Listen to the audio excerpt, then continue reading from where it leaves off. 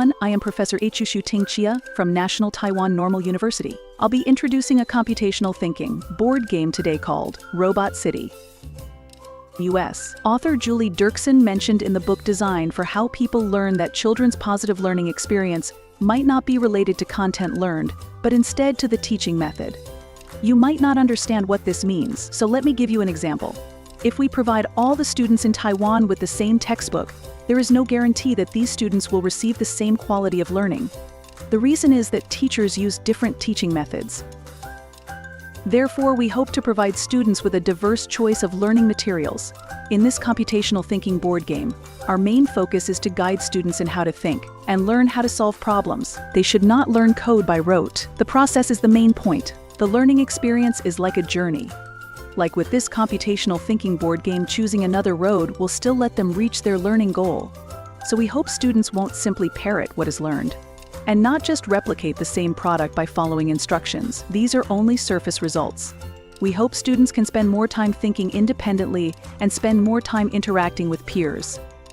During the game process, it's not only about improving students' learning motivation. Latent learning is also in this game. There are many different ways of classifying computational thinking process. The BBC has simplified it into the 4 most important phases. First is decomposition of the problem. This means dividing the big problem into smaller problems. Solving all the small problems solves the big problem. This is simplifying complicated matters. The second phase is pattern recognition. This means to find the same rules or similar patterns, improving the efficiency of problem solving. The third phase is abstraction. This means extracting and summarizing the key points to solve the problem. The final phase is algorithmic design.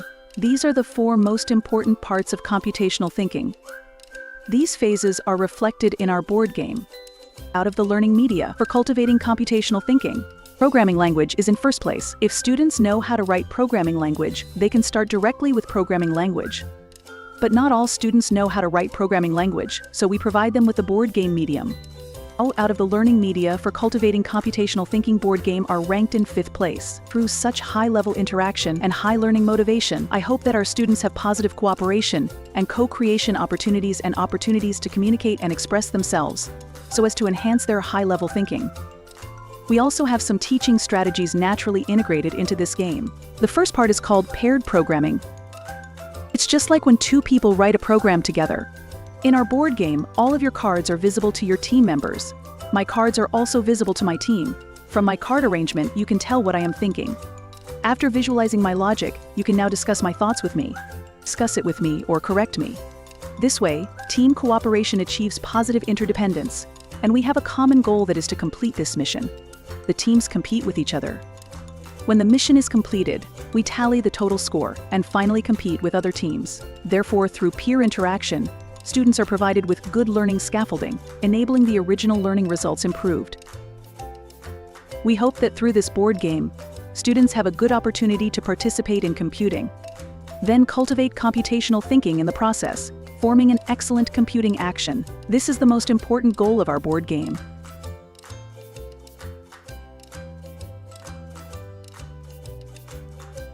Now I will introduce the components of the board game. There are 162 game cards and 25 maps. This time, the National Taiwan Normal University has licensed typed books to publish the 2nd edition. Therefore, it's called Robot City V2. If the players have enough time, all 25 maps can be used, which will take about 1 to 2 hours of game time. If it's in class, up to 9 maps can be used, which can be completed in half an hour. If there is not enough time, up to 4 maps can be used, and the game can be completed in about 10 minutes. There are some important computational thinking concepts on this map, including pattern recognition. So if it takes up 1 block, you can just go over it. If the object takes up 2 blocks, it is an obstacle. Also, the CPU is our starting point. The robot stands on the CPU, the game's starting point. The direction it faces is decided by the player. There are 4 important resources on the map: wood, rock, ore, and sand. Through the corresponding resource cards and map card, players can practice simplification. Our robot is controllable. Its design concept includes an antenna resembling a USB drive on its head. Its hands are plugs, and the feet are mice. The body is a keyboard with letters on it. Players with color deficiency or color blindness will be able to recognize their robot using the letters on it. The game has a very clear goal, that is, to find resources to complete the construction missions. So players use commands, the control cards, to control the robot to move to the right position, obtain the resources, and complete the construction missions. Robot City's control cards have a level setting to meet the needs of different school grades. It includes white control cards, green control cards, yellow control cards, and red control cards. Now I will introduce each of the different levels.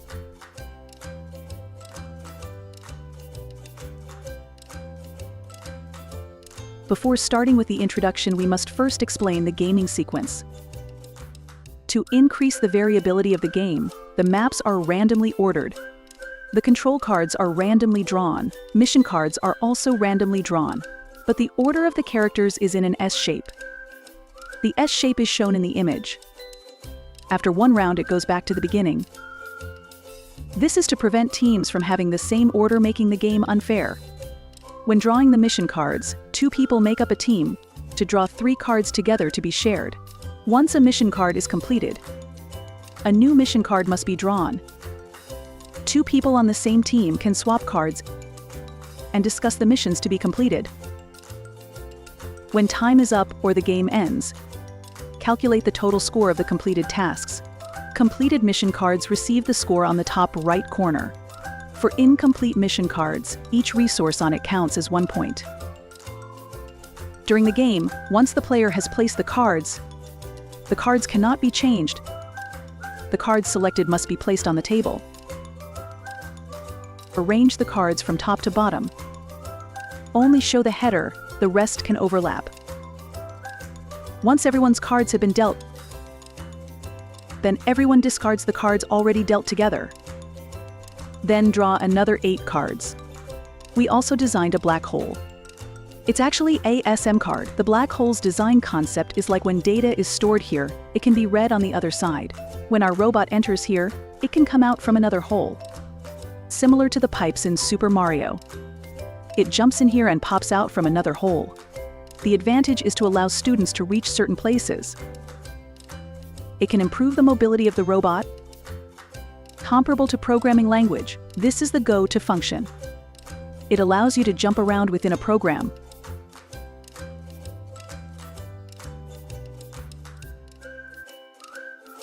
Let's take a look at the first example. The white card can move forward, backward, right, left, and do a U-turn. Only one action is allowed for each card drawn. This is the sequence structure method. The cards are arranged like this. The arrangement must be from top to bottom. The cards are stacked so they won't take up space, and it fits the flowchart design. The first example seen here is forward, forward. 2 forward cards mean this robot can move forward 2 blocks on the map.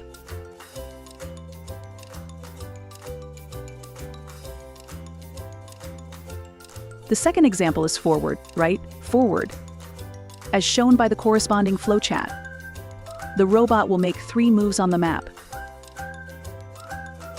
The first move is forward, then turn right on the spot, then go forward again. The robot will now reach its destination. This logical sequence often occurs in the daily problem solving of toddlers. If the student needs to turn right, but has no right turn card, he can use the logic of replacement. For example, he can first do a U-turn, then turn left. Or if he wants to turn left but has no left turn card, he can turn right 3 times and reach the same destination as a left turn. The replacement logic used in daily life can be experienced in the game process through the limited resources and cards.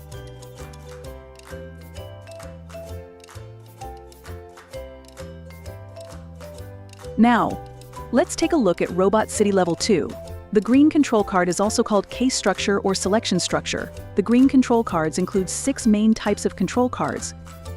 Let's take a look at the first example.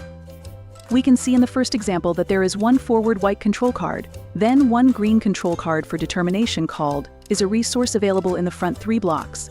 If yes, move the robot forward to this resource. If not, the robot must move backwards. The logic here is to pick one of 2 choices. You cannot do both. The condition is met here, so it's yes. So you can move forward to this resource and take the resource. Then the move ends. Let's take a look at the next selection structure example. There is one forward white control card. The condition to be determined on the green control card is there an obstacle at the front block? If the block in front of you has no obstacle, the condition is met for yes, so this green card can now only move forward. If the condition is not met for, is there an obstacle in the front block, then it means there is an obstacle. So it means the player must choose no. If it's no, the robot can only turn right. In other words, it can only choose between going forward and turning right. You cannot do both. The next selection structure example is turn left and determine the lowest points or same points accumulated for completed missions. This mission card is more complicated, but it is an important card that can turn the tide for a win. You must calculate the total points accumulated from your mission cards. For completed missions, your total points will be the top right corners of the cards. For incomplete missions, add resource cards with each resource card counting as 1 point. If your total score is lower than other team's score, congratulations, now you can choose the yes logic. The yes logic gives you 5 moves. 5 moves is equivalent to 5 white control cards arranged in any random combination, and you will have 5 moves. If you only need 4 moves to reach this position, you can turn right on the same spot to complete the 5 moves and still obtain this resource. But if your total score is higher, you must choose no. There are only 2 moves for no. After completing 2 moves, the program ends. Let's take a look at the next example. 2 green control cards stacked together. The cards should be determined from top to bottom. The first determines have all resources on the map and used up. It means that if you find that there is no more sand on the map, you can replenish 1 sand, but you can only replenish 1. If this condition is met, you can replenish 1 resource. The same applies to the second determination. Determine if you have the lowest points or the same points accumulated. If yes, congratulations, you have 5 moves. You might be able to turn defeat into victory. Otherwise, you will only have 2 moves. Let's end the example.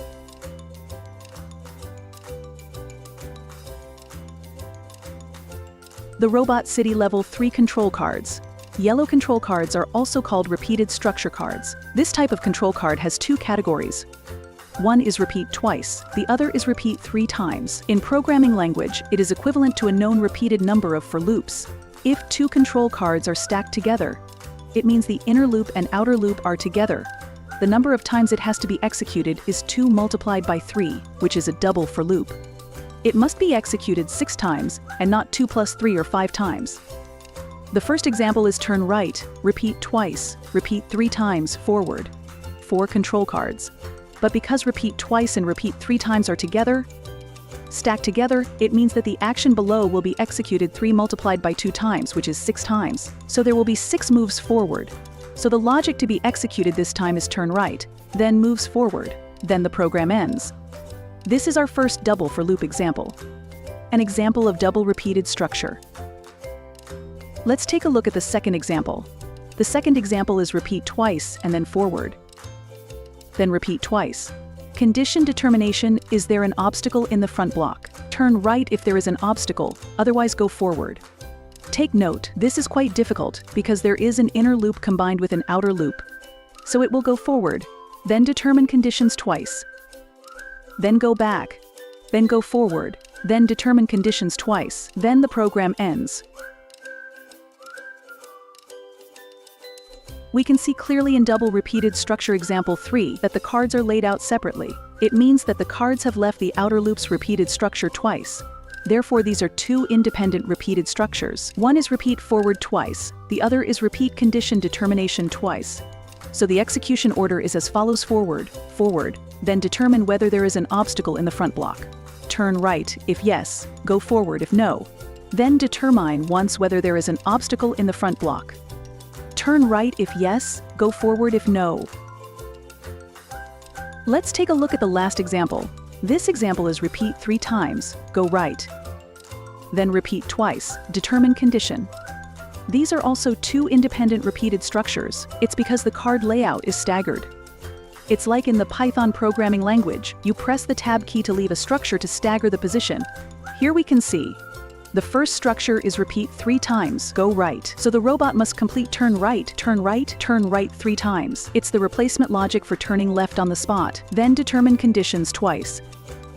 to determine the lowest points or the same points accumulated. Move 5 times if yes, move 2 times if no. Its logic is turn right, turn right, turn right, followed by determine, determine. Then the program comes to an end.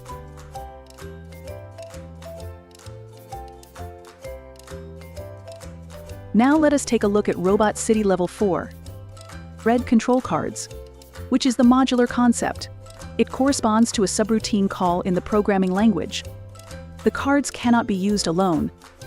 They must be combined with a call card and a red control card to use the function on the red control card. There are a total of 9 red control cards, which means 9 modules. These are prize, shuttle service, pass, swap, and 4 conveyor belts. The 4 conveyor belts are different directions of the 3, 4, 5 right triangle, and finally the virus card. The first example is repeat twice. Then determine is there an obstacle in the front block? Turn right if yes, go toward if no. Then make the call subroutine action, which means apply conveyor belt 1. So the execution logic this time is like this. Because the cards are in a repeated structure, the order is determine whether there is an obstacle in the front block. Then call conveyor belt 1. So basically follow the 3, 4, 5 right triangle. Your robot will follow the positions indicated on conveyor belt 1 and move diagonally. The direction of the robot cannot change. Then turn around to determine if there is an obstacle in the front block. Turn right if yes, go forward if no. Then apply conveyor belt 1 again. So you will determine twice and apply conveyor belt 1. Let's look at another example of subroutine call. This example is repeat twice, forward, forward, then apply the prize card. You will see the execution order is forward, forward, then prize. Then you turn once, forward, forward.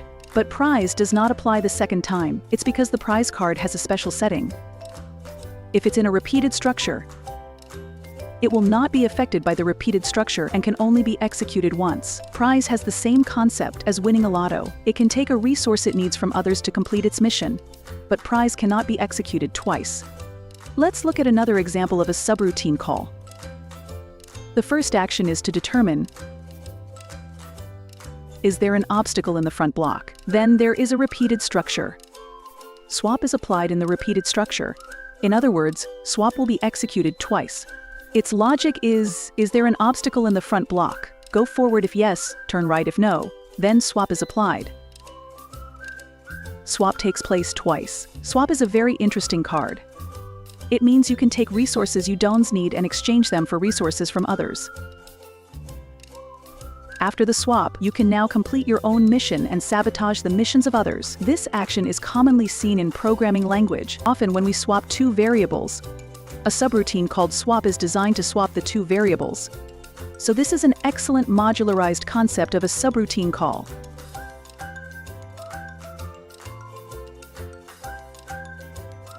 Now let's look at some points to note for Robot City. The computational thinking board game is not only linked to everyday scenarios, it also allows students to learn through play. Most importantly, it integrates multiple disciplines. So you can see the red control cards have conveyor belt 1 through conveyor belt 4. It integrates a concept that corresponds to coordinates in math.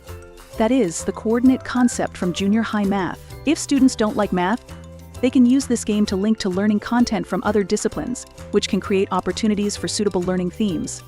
This corresponding coordinate concept is also an important logical concept in computer-aided design. Generally, the design of board games includes cooperation, randomization, reward, and competition. All of these elements are included in our game.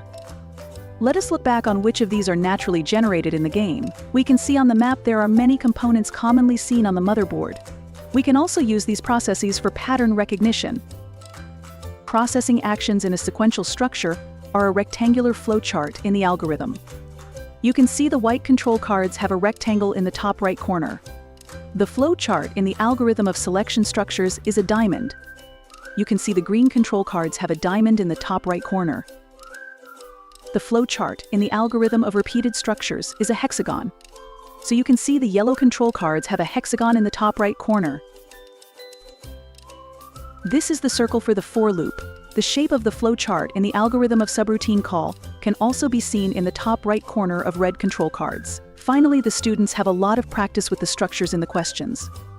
Because when they need to complete the missions on the mission cards, they need to share tasks and collect information with team members in order to solve problems. Finally, please note that Robot City has an augmented reality app. You can download it on Android phones. After the download, there will be 12 sets of cards for scanning.